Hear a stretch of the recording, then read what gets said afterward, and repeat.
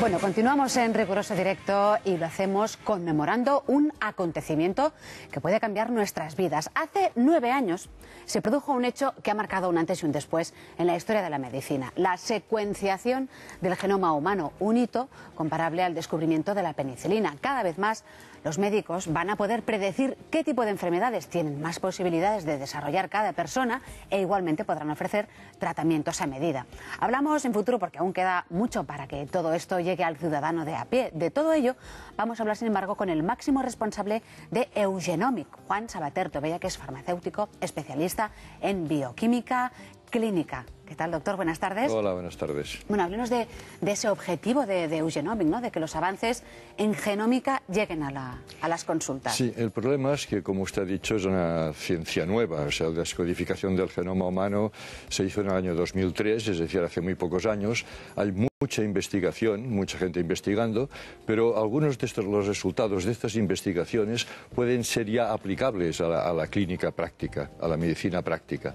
Sin embargo, nadie lo cuenta a los médicos prácticos. Es decir, estamos en dos planos paralelos. En un plano está la investigación genómica, en otro plano está la asistencia médica. Y no hay puentes de comunicación. Ni tan solo hoy por hoy estos planos son convergentes. Y a nosotros, pues la idea de Eugenomic ha sido revisar lo que está haciendo la investigación, ver qué puede tener una aplicación práctica e intentar transmitirlo a los médicos para que, bueno, lo puedan aplicar ¿en qué? Para beneficio de los pacientes. Por ejemplo, en el caso de las aplicaciones prácticas, ¿no? Este puente que dice usted que no existe, pero que existirá en un futuro. Cuéntenos. Bueno, pues hay dos aspectos. Uno, quizás el más reconocido y más estudiado, es el que se llama farmacogenética, que es la relación entre nuestros genes y cómo vamos a tolerar los fármacos, los medicamentos que tomamos. Es sabido que hay mucha gente que toma un medicamento y no le hace efecto, otras personas le hace un efecto tóxico, que a veces que incluso le tienen que ingresar en una de urgencias, y otros pacientes que un poco que ni fu ni fa, ¿no? O sea, entonces hasta ahora ya se dice, si el 30% de las personas sabes que tienen problemas en cada medicamento. Pues hoy día ya esto se puede predecir, es decir, sabemos la mayoría, prácticamente todos los medicamentos, cómo se metabolizan en el cuerpo y cómo nuestras alteraciones genéticas pueden influir en la metabolización de estos medicamentos. Y esto ya es una rama de la ciencia que se llama farmacogenética, fármacos y genética. Y el otro campo es el de medicina predictiva, para poder hacer una medicina preventiva personalizada. Pero un poco me explico. Hasta ahora la medicina preventiva, en un primer nivel, era, pues no fumes, come sano, cuídate y ves con cuidado. Esto y era suerte. La medicina. Después vino ya una medicina preventiva con marcadores, que hace el colesterol, la glucosa, el ácido úrico, y según tu colesterol te daremos una alimentación que baje el colesterol, etc. Pero es que ahora estamos en una etapa, con la descodificación del genoma, que podemos ver cambios de nuestro genoma, de nuestro ADN, que nos puedan predisponer a determinadas enfermedades. Pero claro, ¿en qué punto? Es decir, ¿en cualquier momento?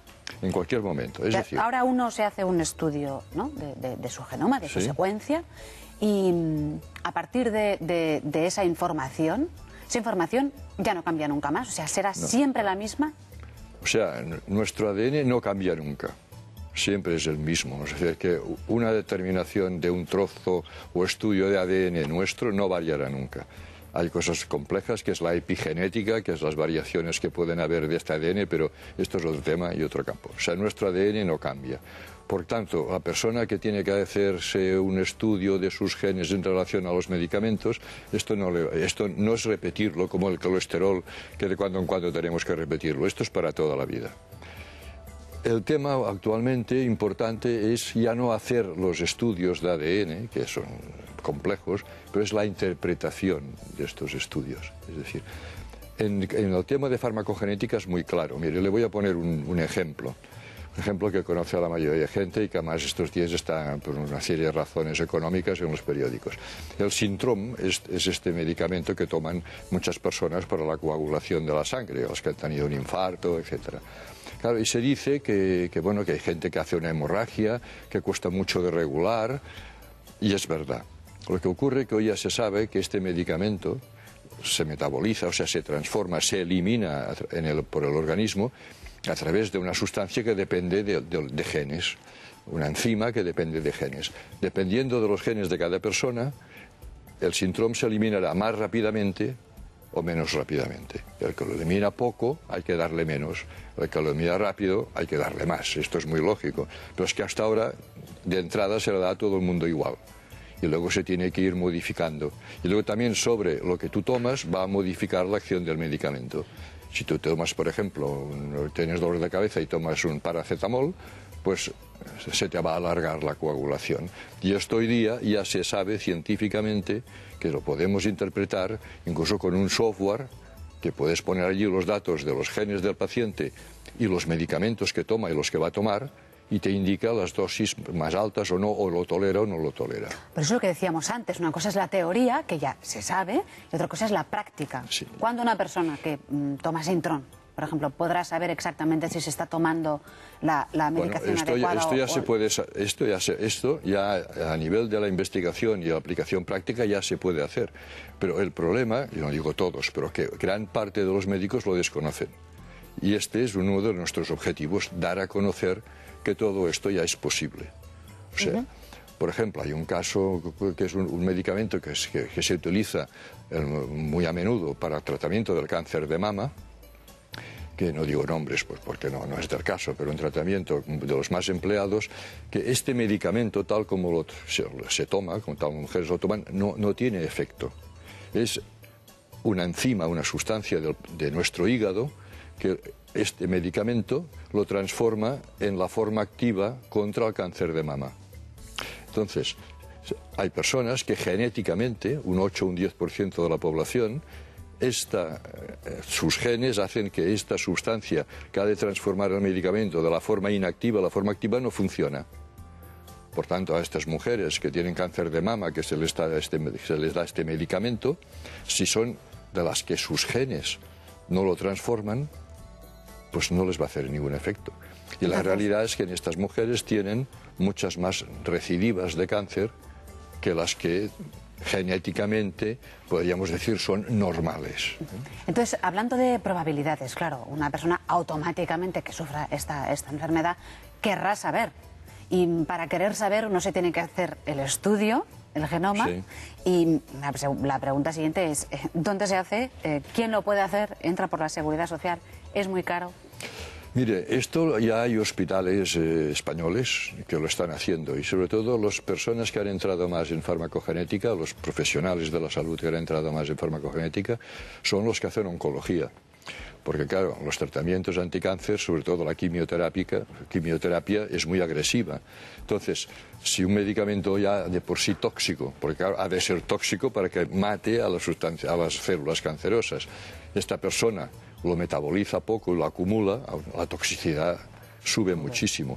Por tanto, los oncólogos son los que están ya empezando a aplicar la farmacogenética.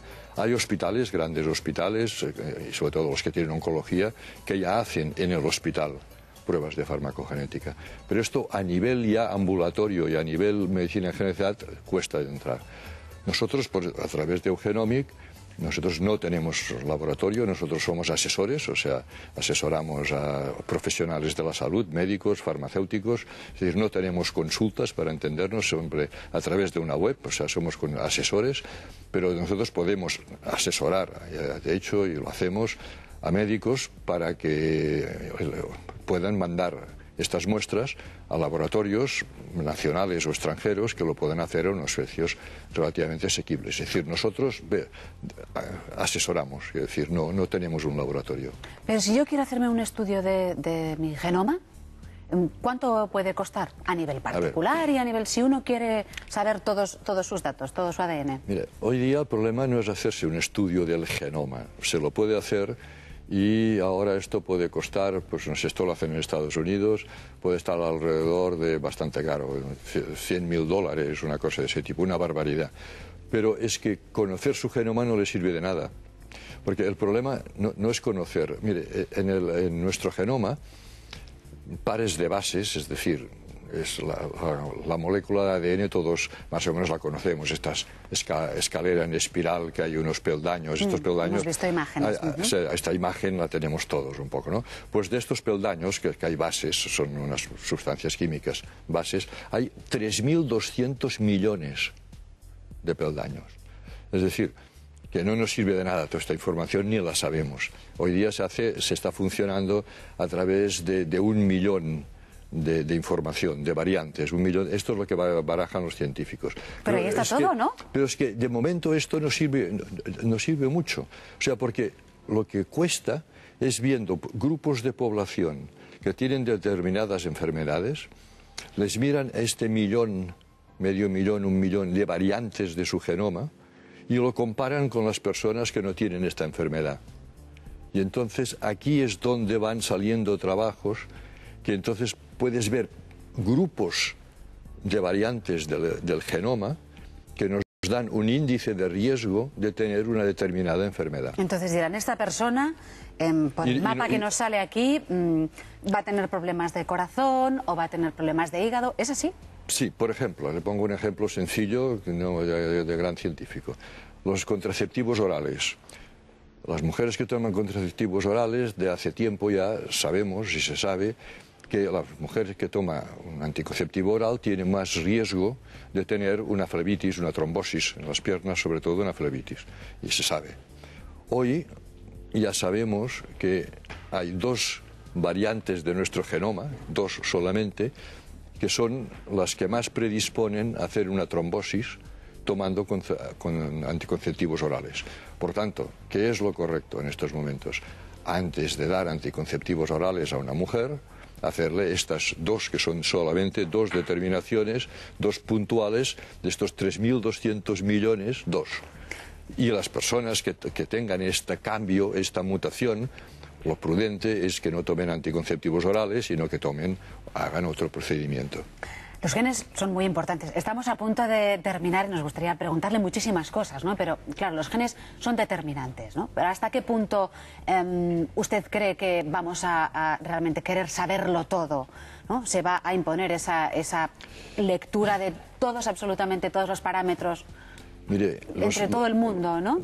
De nuestro envejecimiento, por ejemplo, que antes había la mesa de la reunión de envejecimiento, nuestros genes nos condicionan, excepto las enfermedades genéticas, cuidado, una mutación importante que produce una enfermedad, si la tienes, te produce la enfermedad. Y son esas enfermedades hereditarias genéticas. Esto es otro tema. Estamos hablando de cambios del genoma que no te producen ninguna enfermedad, pero que te predisponen a enfermedades. En el caso también de los médicos, te predisponen a enfermedades. Entonces, te podemos decir que los genes actúan sobre un 30 o 40% de influencia, ahora el 60 o el 70% es el medio ambiente, tu alimentación, tu estilo de vida, tus hábitos de vida. O sea, que no tienen la culpa... No todo es gen. De todo, no todo es gen. Pues, doctor Sabater, muchísimas gracias por esta información. Le agradecemos que haya venido aquí a contárnoslo y a contestar todas las preguntas sobre genómica y sobre sus aplicaciones en el campo de la salud. Nosotros seguimos otros de los factores importantes.